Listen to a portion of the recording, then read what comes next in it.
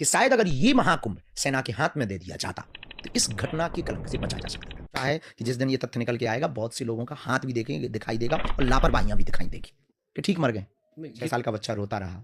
हम इतने गिरे हुए तो नहीं हो सकते। तो होता है कर्मों से, मोक्ष होता है प्रभु की स्वीकारोक्ति से, मोक्ष होता है भगवान के प्रति सरेंडर होने से। लेकिन भाजपा सरकार के प्रचारक के तौर पर काम करने लगे वहां पर कि सरकार पर सवाल कवर करने के लिए आपने वो लाइन धीरेन्द्र शास्त्री ने यूपी में महाकुंभ में भगदड़ के दौरान जो कि सरकार की गलती बतलाई और धीरेन्द्र शास्त्री ने यह भी कहा कि अगर वहां सेना मौजूद होती तो यह भगदड़ में लोग नहीं मारे जाते। और यूपी सरकार जो कि योगी आदित्यनाथ को भी वह गलती ठहराते हुए शुभंकर मिश्रा के पॉडकास्ट चैनल में कहा और उन्होंने अपना भी गलती स्वीकार किया, जो कि बोले कि मोक्ष प्राप्ति हुई 8 साल का बच्चा 6 साल का बच्चा जो कि अपने बाप के बिना रोने लगा। इसके ऊपर भी उन्होंने शोक जताते हुए उन्होंने यह पॉडकास्ट में बहुत ही जबरदस्त तरीके से माफी मांगा और यूपी सरकार को करारा जवाब देते हुए उन्होंने कहा कि यहाँ सेना को मौजूदगी रहना चाहिए क्योंकि इससे लोग मारे नहीं जाते हैं। लोगों ने कहा कि धीरेन्द्र कृष्ण शास्त्री ने असंवेदनशील बयान दे दिया।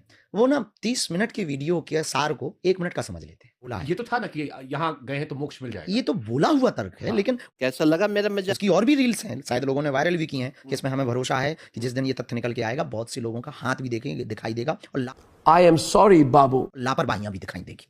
वो मृत्यु तो सबकी तय है, हमारी हो या किसी की भी हो, मरना तो एक दिन है ही। पर आग लगा दी। इसी जगह पे जाना, इस जगह पे आना, आए थे वहां पर कुछ और के लिए, उत्सव में महाकुंभ में डुबकी लगाने, और ये हृदय विदारक घटना होना, ये तो दुखद है। अब आप ये तो कह नहीं सकते कि मर गए तो अब ठीक मर गए।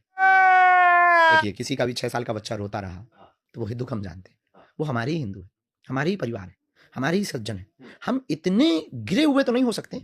मतलब चुटिया काटने का काम। मोक्ष तो होता है कर्मों से, मोक्ष होता है प्रभु की स्वीकारोक्ति से, मोक्ष होता है भगवान के प्रति सरेंडर होने से। लेकिन अच्छा, आप भाजपा सरकार के प्रचारक के तौर पर काम करने लगे वहां पर कि सरकार पर सवाल कवर करने के लिए आपने वो लाइन बोली। नहीं रोज आते हैं इस उम्मीद। नहीं, ये तो पता नहीं उन्होंने क्यों इस बात को बोला है। हम किसी एक के प्रचारक कैसे हो सकते हैं? सरकार ने अपने इंतजाम ठीक किए पर लापरवाही तो हुई।